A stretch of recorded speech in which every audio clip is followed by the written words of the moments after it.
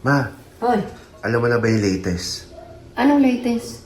Yung nangyari kay Meiko. Sinong Miko? Hawakan mo muna to. Para Ganyan saan lang. to? Hawakan mo lang. Si Meiko, hindi mo kilala? Hindi, sino? Basta ano siya, content creator din siya, vlogger. Oh, Eh, syempre dapat ikaw updated ka kasi di ba vlogger ka din? ay hindi ako. Hindi, dapat nga updated ka kaya nga kukwento ko sa'yo. Sinong Miko? Meiko. Babae ba yun? Oo, babae. Eh, ano tong star na plastic? Ano to? Basta nga, hawakan mo lang yan. Yun na nga, si Meiko, dati may mga napagdaanan na siya na naloko siya, ganyan-ganyan. Basta iano mo muna.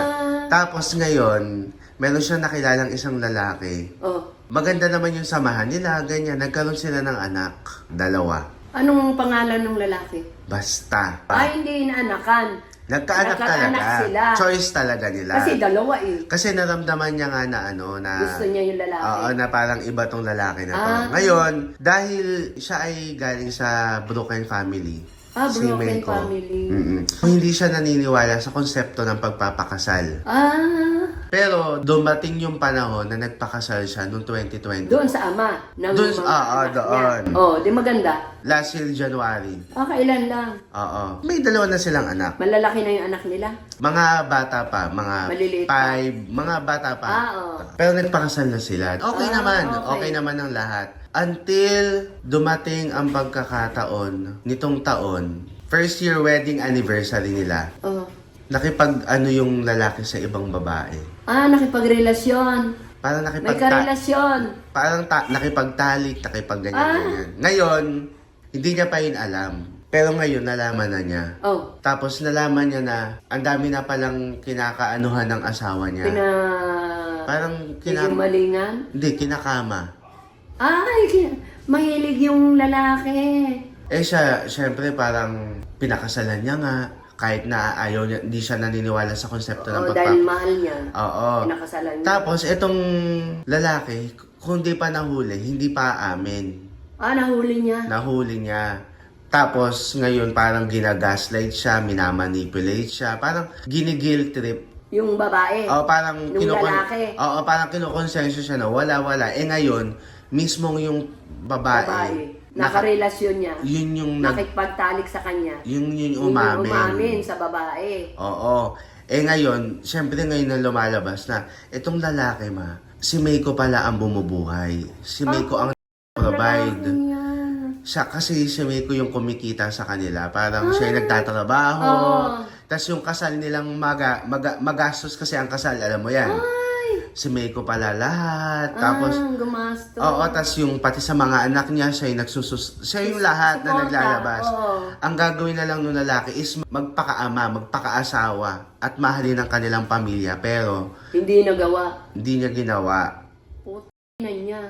Gago siya. Hindi, yun nga. Tapos, ngayon, si Meiko talagang grabe yung iyak niya. Talagang nakakaawa. Lahat siya eh. Tapos niloko pa siya ng walang hiyang-hiyan. Miko, pag Hindi, na... Meiko. ah, Anong Meiko?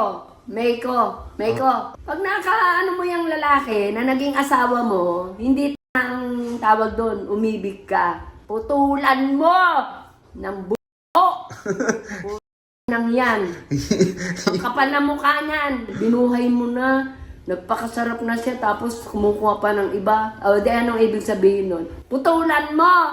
Tang mo! Siya. Anong pangalan ng lalaki? Basta nga. Anong pangalan? Ano ba yun? Sikat din o hindi?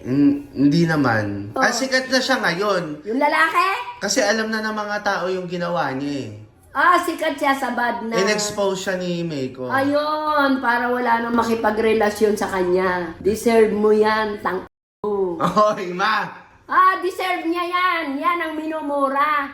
Huwag ka manghinayang magmura sa mga ganong klaseng lalaki, Meiko. O, kamusta si Meiko? Tayo pa ba? Hindi. O nakatayo pa? O naka...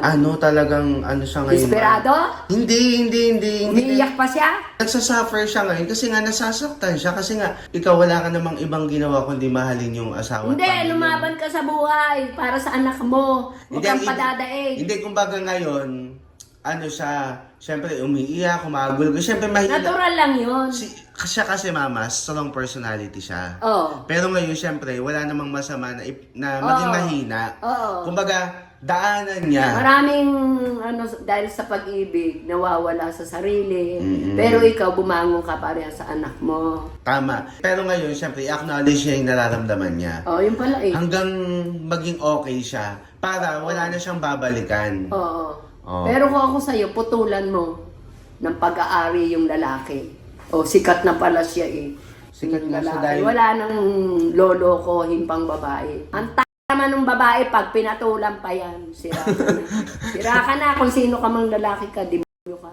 Ay, yung babaeng kabit, hindi lang isa, sabi mo. Oo, based sa kwento niya. Pero itong parang nakakaanuhan niya. Yung talagang madaming oo. beses. Nasaan na? Hindi na, ito nga magugulat ka. Ano? Kaka 18 years old lang daw ng February. Yung babae? Oo. Na minor de edad pa. Oo. Oh, ihabla mo yung lalaki. Hindi, legal age na 18 na eh. Oh, ay nasa na siya ngayon? Alam ba niya na may asawa? 2 anak yung lalaking Sikat kasi karelasyon sikat niya. kasi si Meiko eh. Oh, yung lalaki nga. Alam niya nga ma. Alam Nung babae na may asawa na yun. Nagpakata siya. Ba't pa siya nakipagrelasyon sa lalaki? Kumabit pa siya. Ang tanga mo. Kahit sabi mo underage ka, minor de edad ka, o ngayon, ano ka na, 18 ka na. Oh. Ay di nasira pagkatao mo, pagkababae mo. Nga. Nga rin niyang babae.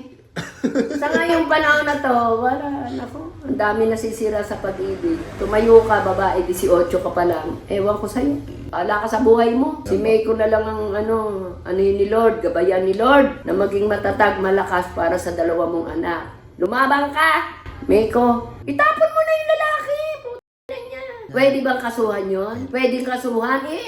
Ano mo sa abogado mo? Mahirap talaga yung ganyan. Napakasakit sa isang babae na niloloko ka ng lalaki. Pero may Diyos, kumapit ka kay Lord. Gawin kang maging malakas, matibay. Kaya mo yan, Meiko. Ikaw pa, lakas mo kay Lord. Oo, kumapit ka kay Lord. Oo, si Lord na. Gagabayan ka ni Lord, pati mga anak mo. Yung message mo dun sa asawa. Ay, yung lalaki, tang mo. Yung babae, gag ka. Oh, ganun lang. May message mo parehong mga gagot yan. Wala akong masasabi sa inyo. Gagot yung 2. Tang mo.